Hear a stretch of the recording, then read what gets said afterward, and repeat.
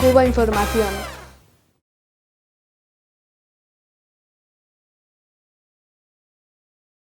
Buenos días, estamos aquí en Barcelona con el gran honor de que nos acompaña Fernando González York, uno de nuestros 5 héroes cubanos. Y por su paso en Barcelona queremos conversar con él un rato. ¿Cómo está? Bueno, buenas a ti y a los amigos que siguen a Cuba Información. Y también la oportunidad de agradecer a Cuba Información por el trabajo, excelente trabajo que hacen de difusión de la verdad de Cuba, de enderezar las mentiras que se dicen sobre Cuba y bueno, de construirlas y mostrar la falsedad de esa campaña de difamación contra nuestro país. Yo creo que hacen un trabajo excelente y nuestro saludo para el pequeño colectivo de Cuba Información. Sí. La batalla por la liberación de los 5 fue una batalla que involucró a todo el pueblo de Cuba durante mucho tiempo, pero no solamente al pueblo de Cuba, que reconoce con admiración y respeto por toda la labor, ¿no?, contra el terrorismo que sufre nuestro pueblo, sino además se involucró una amplia red de solidaridad que hizo suyo ese triunfo. Ha sido un triunfo internacional. Em, ¿Qué enseñanzas cree que se sacaron de esa batalla que unió tanto durante un tiempo tan largo a todo el mundo? Bueno, a ver, yo creo que, como tú dices, no fue una batalla larga, una batalla que involucró al pueblo de Cuba e involucró a cientos de miles de amigos en todas partes del mundo. Amigos y otros que sin ser amigos entendían la injusticia que se cometían y abogaban porque se corrigiera esa injusticia. Y yo creo que, bueno, la gran victoria que se obtuvo con el regreso a la patria de los 5 y sobre todo de los 3 compañeros que nos quedaban en prisión después que René y yo cumplimos nuestra sentencia y regresamos a Cuba, es una victoria del pueblo cubano y es una victoria de todos aquellos que desde cualquier parte del mundo contribuyeron a ese indiscutible éxito de una lucha prolongada, difícil, compleja. Y bueno, yo creo que deja para mí lecciones desde el punto de vista de la importancia de perseverar, de resistir y perseverar en un objetivo cuando uno está convencido de que el objetivo es el justo y el adecuado, que uno no debe cansarse, ¿no? Que uno debe eh, persistir y que uno debe mantenerse en la lucha. Yo creo que eso deja enseñanzas para cualquier circunstancia, incluso para las que vivimos hoy. Y también deja enseñanzas, yo creo, en el sentido de la necesidad de la amplitud de la lucha. Yo creo que en la lucha por la liberación de los 5 se sumaron desde organizaciones políticas de izquierda hasta sectores que nunca han estado vinculados a la política o que nunca han sido de una afinidad ideológica o política con Cuba, pero que comprendían la necesidad y por un problema de conciencia de expresarse con respecto a una injusticia que se cometía. Yo creo que esa amplitud, esa visión de ser lo más inclusivo posible, siempre que se respeten determinados principios, es importante para la lucha, también para la solidaridad con nuestro país, que nosotros creemos desde el Instituto Cubano de Amistad con los Pueblos que debe tener esa visión. Cabe, y todo el mundo, todo el que respete la soberanía de Cuba, respete el derecho de Cuba a ser un país independiente, soberano, de tomar sus propias decisiones y de que el gobierno de los Estados Unidos no tiene el derecho de tratar de imponer a Cuba una agenda que no es la que los cubanos hemos escogido para nuestro país. Tiene un espacio, o debería tener un espacio en el movimiento de solidaridad con Cuba. Yo creo que esa es una enseñanza. La capacidad de comunicar verdades, la capacidad de llegar y de tocar el corazón de las personas con elementos convincentes, con elementos que explican y que emocionan también. Entonces, yo creo que deja esas, digamos, experiencias positivas que yo creo que son útiles para aquella campaña y son útiles para la lucha, entendiendo que una cosa es una campaña y otra cosa es la lucha cotidiana, ¿no? Pero creo que son lecciones que aplican para la lucha del pueblo cubano y para la lucha de tantos amigos que nos acompañan en esa batalla. No podemos mirar esa lucha, digamos, contra el bloqueo o contra la presencia de Cuba en la lista de países patrocinadores del terrorismo de una manera sectaria, de una manera dogmática. Yo creo que debemos darle espacio a todo el que de una manera u otra tenga algo que aportar, siempre y cuando el punto de partida sea el respeto por Cuba, el respeto por el derecho de Cuba a ser un país soberano. Y bueno, en otras cuestiones puede que no coincidamos, pero si usted considera que ese bloqueo es criminal, que ese bloqueo es injusto, que ese bloqueo afecta al pueblo cubano, como es la realidad, yo creo que puede aportar de una manera u otra.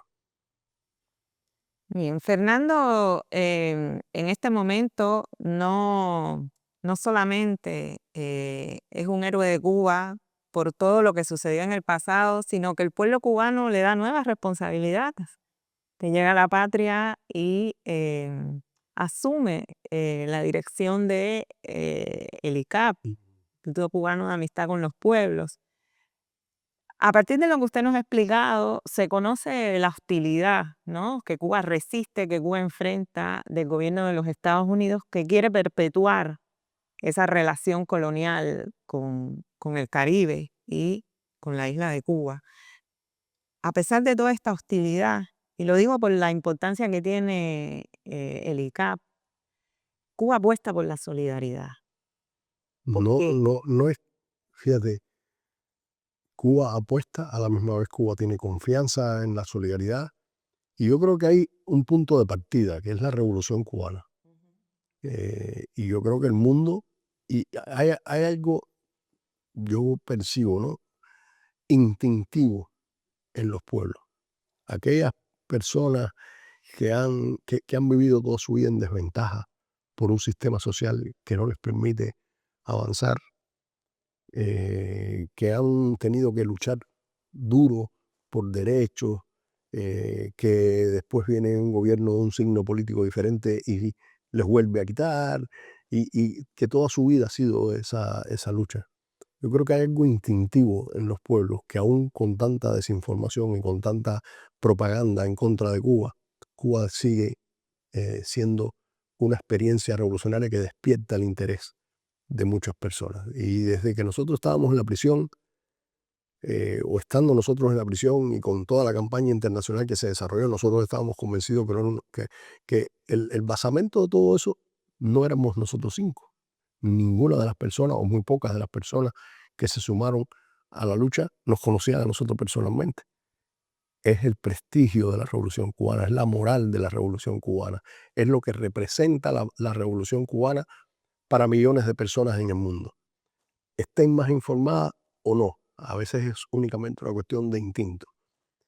Y entonces yo creo que ese es el basamento de tanta solidaridad. Yo dudo mucho que haya existido un proceso de transformación social en alguna época en el mundo que haya gozado de tanta solidaridad como ha gozado Cuba por un tiempo tan prolongado como el que lo ha tenido Cuba. Y son los pueblos acompañando a un proceso revolucionario en el que ven no una obra perfecta, no una obra en la que no haya que corregir cosas, pero una obra que aporta una esperanza, aporta una expresión práctica de que es posible construir una sociedad sobre la base de principios diferentes a los que históricamente han existido y que nos quieren hacer creer que es la manera natural y única de construir una sociedad. Entonces, aún en lugares lejanos, aún en lugares sin mucha información sobre Cuba, el hecho de que exista Cuba, el hecho de que exista Fidel Castro, el hecho de que esté de pie esta islita frente a un enemigo tan poderoso, resistiendo, y el hecho de que haya una sociedad en esa islita a la que se le castiga por parte del país más poderoso del mundo, precisamente por querer construir un proyecto social en el que el ser humano es el centro de todo y no las utilidades de las empresas, o un mercado de valores en que las personas valen en nuestro país por lo que son, por lo que llevan dentro y no por la cantidad de bienes materiales que acumulan. La gente instintivamente asume una posición a veces más activa. No todos participan activamente de un movimiento de solidaridad, pero despierta simpatías. Y nosotros también, hay que decirlo, hemos aportado mucha solidaridad al mundo y la gente lo reconoce. Yo soy de los que digo que no se puede entender la Revolución Cubana sin comprender el sentido de la solidaridad que ofrece Cuba. Y nosotros en la puerta del Instituto Cubano de Amistad con los Pueblos tenemos una gigantografía de Carlos Manuel de Céspedes, el padre de la patria, con una frase de Carlos Manuel de Céspedes del año 1868, explicando que lo que se iniciaba en Cuba como guerra de independencia no era únicamente para Cuba, era también para tenderle una mano amiga y solidaria al resto de los pueblos del mundo. O sea que en Cuba siempre ha habido esa visión universal de lo que se hace, de que lo que hacemos no es únicamente para los pobladores de la isla, queremos compartirlo con otros pueblos del mundo. Y yo creo que la gente reconoce eso. Yo, que por razones de mi trabajo estoy en contacto permanente con amigos de diferentes países, yo puedo apreciar el sentido de la gratitud que existe hacia Cuba por todo lo que ha hecho. Yo, digamos, uno visita África o se reúne con africanos que van a Cuba y uno siente con la sinceridad mayor del mundo la expresión de gratitud hacia Cuba por el aporte que hizo Cuba en los procesos de liberación de África. Te hablas con los compañeros en Sudáfrica o de Namibia o de Angola o de Etiopía o de Argelia y de otros países a los que Cuba tuvo una participación en sus luchas por la independencia o en la colaboración médica, de salud, educacional, en la construcción. Los cientos de miles de cubanos que pasaron por diferentes países de África que todavía están ahí en misiones médicas o en misiones de educación. Entonces, yo creo que es mutuo, ¿no? No se puede entender a Cuba sin la solidaridad que Cuba aporta porque es parte intrínseca del concepto de ser revolucionario en Cuba. Y yo creo que eso también las personas lo perciben y las personas lo ven, a pesar de la gran campaña que hay ahora mismo en estos momentos, mientras tú y yo hablamos con respecto a las brigadas médicas cubanas. Yo creo que la gente entiende. eh, y a lo mejor puede que haya algún político por ahí que no lo vea, pero los pueblos lo conocen y los pueblos saben cuando los cubanos van, los compañeros y las compañeras del sistema de salud cubano y atienden a personas que de otra manera nunca hubieran podido ser atendidas, atienden a personas incluso que nunca en su vida habían visto a un médico, y también entonces los conceptos con los que lo atienden. La diferencia entre tratar a un cliente o tratar a un ser humano. Y entonces todas esas cosas van dejando una huella. Yo puedo decirte, por ejemplo, de las experiencias de la participación de los médicos cubanos en países donde nunca habían ido, países donde sería difícil pensar en la presencia de brigadas médicas, como digamos en Italia o en Andorra,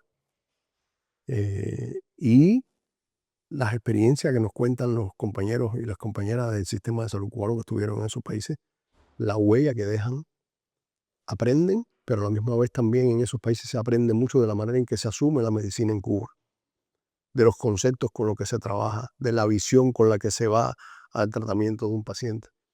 Y uno lo aprecia también en las personas de esos lugares,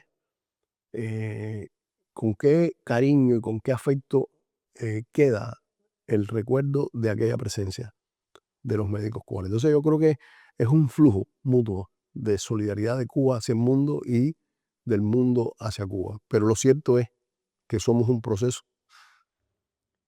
que ha disfrutado de la compañía de cientos de miles de amigos en todas partes del mundo. Nosotros mantenemos vínculos desde el ICAP en este momento con 1.672 organizaciones en 153 países.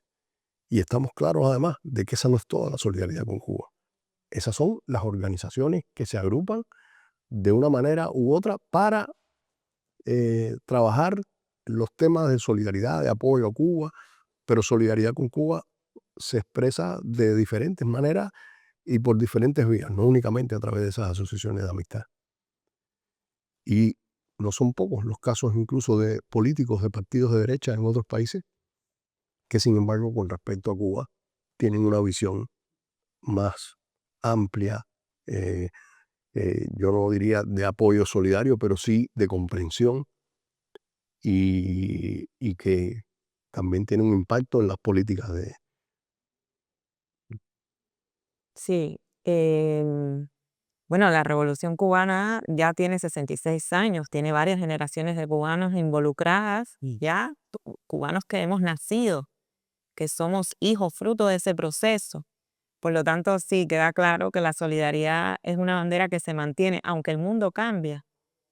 Y con respecto a eso, los cambios que viene sufriendo el mundo, la geopolítica, en los últimos tiempos, yo creo que es importante decir algo que usted planteaba, que no es solamente la base popular solidaria con Cuba, sino que además hay un consenso internacional con respecto a la injusticia del bloqueo de la guerra económica que se ha recrudecido, de la inclusión de Cuba en la lista de países patrocinadores del terrorismo, y que se ve en la Asamblea General de las Naciones Unidas cada año, ¿no? Con la contundente y aplastante resolución con la necesidad de quitar el bloqueo, sino además en el Tribunal de Opinión, el Tribunal Popular que se realizó en Bruselas hace poco más de un año, donde, bueno, un tribunal con características de jueces, fiscales, evidencias, no cubanas, sino internacionales de Europa, de Estados Unidos, de otros países,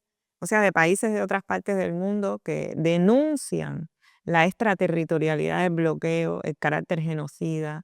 Em, con todo este consenso que reúnen Cuba en el ámbito internacional con respecto a la injusticia de la guerra económica contra Cuba, ¿qué, qué estrategia hay de cara al futuro en este nuevo contexto, ¿no?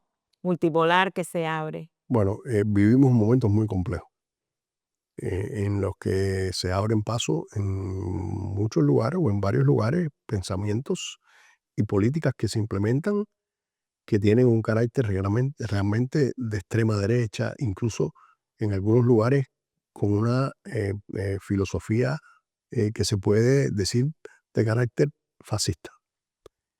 Vemos también maneras de hacer política que desafían cualquier sentido de la cordura, de la lógica, del sentido humano. ¿Cómo se puede explicar lo que hace el gobierno sionista de Israel en Gaza? ¿Cómo se puede explicar que tengan apoyo en algunos gobiernos, empezando por el gobierno de los Estados Unidos, que le vendan armas, que lo justifiquen? ¿Cómo se justifica un genocidio de esa naturaleza? Y de la misma manera yo creo que ningún político en el mundo, exceptuando los gobernantes de Estados Unidos e Israel también, que vota junto con Estados Unidos en la Asamblea General de las Naciones Unidas a favor o en contra de la resolución que llama a poner fin al bloqueo, ningún político del mundo, yo creo que públicamente, sería capaz de justificar una política de ese tipo contra Cuba. Y por eso van ahí a la Asamblea General de las Naciones Unidas y expresan, incluso siendo aliados de los Estados Unidos, su desacuerdo con esa política, porque no se puede uno considerar un ser humano decente, no estamos hablando ya de política, de ideologías, no se puede uno considerar un ser humano decente y votar a favor de que a un pueblo se le castigue de esa manera, se le oprima de esa manera, se le violen sus derechos humanos de esa manera y se le ponga, como explica el documento de Mallory, a pasar vicisitudes, a pasar hambre, a pasar necesidades para obtener un fin político que no es el que los cubanos, una agenda política que no es la que los cubanos deseamos. Y en aras de obtener un fin político, que es el que quiere el gobierno de los Estados Unidos, cometen ese crimen. No creo que haya una persona decente en el mundo que apruebe eso. Ahora, si bien todos los años ese ejercicio se lleva a cabo en las Naciones Unidas y los pueblos votan, y yo creo que es o los países votan, y yo creo que es importante que se siga haciendo, porque yo creo que deja a la luz de la opinión pública internacional, deja con claridad aislado al gobierno de los Estados Unidos, y yo estoy seguro que lo tienen en cuenta y lo toman en cuenta, aunque no cambien su política. No ha sido suficiente. Y los mismos gobiernos que van allí y votan a favor de que se levante el bloqueo, después permiten en sus países que las compañías nacionales de sus países sean afectadas por el bloqueo y que la extraterritorialidad del bloqueo aplique en sus países. Entonces nosotros creemos que hace falta toda la movilización posible, no solo de los gobiernos a nivel diplomático en las Naciones Unidas, sino a través de los pueblos, de las organizaciones políticas, de los parlamentos, para generar conciencia y generar presión sobre los políticos en Estados Unidos para que reaccionen y en algún momento se vean en la necesidad de cambiar la política hacia Cuba.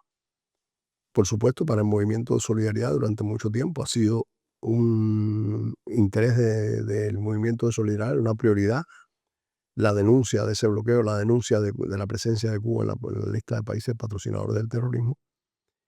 Y a partir de ciertas organizaciones de izquierda presentes en el Parlamento Europeo, surge la idea de organizar un tribunal internacional en la sede del Parlamento Europeo que analice a la luz del derecho internacional al bloqueo económico, comercial y financiero como una política que viola principios de la ley internacional, del derecho internacional y de las normas jurídicas internacionales, comenzando por la Carta de las Naciones Unidas. Entonces, a partir de la iniciativa de un grupo de eurodiputados del partido de la izquierda, el grupo de la izquierda y otros, se pudo inscribir como una iniciativa estratégica en el Parlamento Europeo y se utilizaron los salones del Parlamento Europeo y los servicios del Parlamento Europeo para realizar llamadas. Nos parecía también que era importante que se hiciera en el Parlamento Europeo, no solo por las cuestiones logísticas, sino por el rol que ha jugado el Parlamento Europeo también en la aprobación de políticas hostiles contra Cuba y en la población, en la manera hostil en que en algunas ocasiones se ha expresado en algunas resoluciones con respecto a Cuba. Y allí se hizo un ejercicio de 2 días en los cuales un grupo de abogados, todos europeos o norteamericanos, ninguno cubano, se conformaron en un tribunal, un grupo de ellos como jueces, 3 de ellos como fiscales, un fiscal belga, un fiscal español y un fiscal norteamericano, o una fiscal norteamericana, y un grupo de abogados que se constituyeron en un tribunal como jueces. Ahí se escucharon testimonios de cubanos y de no cubanos sobre el impacto del bloqueo en la sociedad cubana y sobre el impacto del bloqueo en los países europeos. Y cómo algunos ciudadanos europeos, comerciantes, empresarios, se han visto afectados en su operación con Cuba o en la posibilidad de su operación con Cuba por la aplicación extraterritorial del bloqueo. Yo debo decir que ahí también hubo expresiones y testimonios de personas incluso que fueron vicepresidentes del Parlamento Europeo y que conocen bien la operación del Parlamento y cómo impacta también las políticas de Estados Unidos en ese ámbito. Como resultado del testimonio, las evidencias, las acusaciones que hicieron los fiscales, el tribunal emitió un dictamen que a mí me parece un documento muy interesante porque ha analizado jurídicamente cómo esta política criminal impacta de una manera severa y por un periodo prolongado sobre la población de Cuba. Y cómo esto se constituye en una violación de determinados tratados internacionales, convenciones, acuerdos, y también cómo afecta la soberanía de los países europeos, que es un elemento menos mencionado. Y habiéndose tratado de un evento en el Parlamento Europeo que supuestamente está para defender los intereses soberanos de los países que conforman la Unión Europea, bueno, es importante también que hubiera una expresión con respecto a la afectación que implica el bloqueo a la soberanía de los países europeos. Y yo creo que ese dictamen, que es muy interesante, es un documento que debe ser, en nuestra opinión, una herramienta de trabajo. Es un documento con un análisis jurídico que lo puede comprender una persona de izquierda, una persona de centro, una persona de derecha. Yo creo que quien lea el documento tiene una información y un análisis de índole jurídico. Y si la persona es honesta, y si la persona no se deja llevar por digamos, dogmas ideológicos, yo creo que la conclusión sería lógica, ¿no? El impacto criminal del bloqueo. El bloqueo incluso como una política que califica como genocidio, de acuerdo a ciertas convenciones internacionales. Si el sesgo político no nubla la vista, este es un documento que, sin ser un documento de izquierda, sin ser un documento de derecha, es un documento jurídico, permitiría a cualquier persona, si es objetiva, si es honesta, y si el sesgo político no lo ciega, hacer un análisis justo sobre esta política criminal. Entonces nosotros creemos que es un documento con el que se puede trabajar para llevarlo a diferentes ámbitos parlamentarios, jurídicos, etcétera, que permita avanzar en la creación de conciencia y en la movilización alrededor del tema del bloqueo, más allá de que el ejercicio en las Naciones Unidas sigue siendo útil, sigue siendo necesario, sigue siendo importante, pero yo creo que hay que avanzar en todas las direcciones posibles. Bueno, se está trabajando también en la posible conformación de una inscripción o registro de una organización no gubernamental que permita darle una permanencia y una continuidad al trabajo de este tribunal. No únicamente o no solo sin la posibilidad en el futuro de repetir este ejercicio, sino en cómo organizar desde las posibilidades que ofrece una organización registrada no gubernamental, cómo avanzar en hacer el mejor uso posible de los elementos que salieron a relucir en ese tribunal y sobre todo el dictamen final. Y la posibilidad de acceder entonces a parlamentos, de acceder a instituciones académicas, organizar seminarios, organizar eventos que permitan difundir y darle un seguimiento y una continuidad a lo que tuvo lugar ahí en Bruselas. Bueno, cualquier persona interesada en el veredicto del Tribunal de Conciencia que se realizó en el 2023 puede encontrarlo en el sitio web de Cubinformación. Asimismo, fragmentos de entrevistas y fragmentos de las denuncias que se realizaron en el mismo. Para concluir, Fernando, ¿qué mensaje deja usted a la coordinadora Defensé en Cuba, aquí en Barcelona, en su paso por primera vez, ¿no? Y por primera vez. Por primera vez. Bueno, a ver, yo primero tengo que agradecer todas las atenciones que he recibido aquí en Barcelona, ¿no? de la coordinadora Defensé en Cuba y de todos los compañeros con los que hemos tenido contacto. Y bueno, yo creo que mi primera vez aquí en Barcelona y ha sido una experiencia muy bonita, he recibido mucho afecto, mucho cariño, mucha atención y yo creo que la posibilidad también de compartir con los compañeros algunas ideas sobre la solidaridad que nosotros tenemos desde el ICAP, de cómo avanzar en determinados temas Y realmente ha sido un momento, unos días, no muchos, pero unos días que han permitido, bueno, entre otras cosas, a algunos compañeros incluso conocerlos personalmente, a otros ya los conocía, habíamos coincidido en eventos o en Cuba. La posibilidad también de conversar, de escuchar sus inquietudes, sus preocupaciones, su visión sobre el trabajo que realizan. Y bueno, yo creo que ha sido muy positiva la experiencia.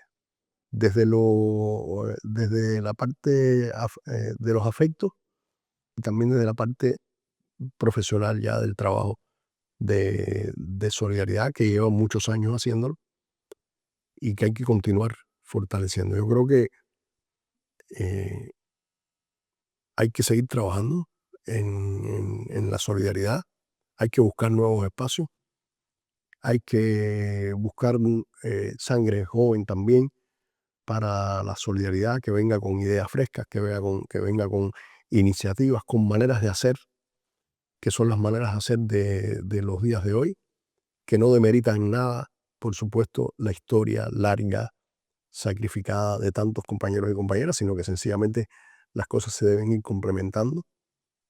Y bueno, yo estoy seguro que desde aquí, desde Barcelona y de Cataluña en general, seguiremos contando con todos los amigos con los que hemos contado en estos años y vendrán más. Claro que sí. El cariño merecido, el respeto. eh, y bueno, tal como se dijo en otros tiempos, quien se levanta hoy con Cuba, Ujú, se levanta porque yo creo que la solidaridad y la causa cubana precisamente hacen brillar lo mejor del ser humano. Y en estos momentos oscuros, esa es una batalla fundamental. ujú. Entonces, bueno, ha sido un gusto tener con nosotros a Fernando González, héroe de la República de Cuba y presidente del Instituto Cubano de Amistad con los Pueblos. Muchas gracias. Para ustedes ha sido Claudia González, Bueno, desde Barcelona. gracias Ru- Claudia, gracias a los compañeros de Cuba Información y a los que estén viendo la entrevista.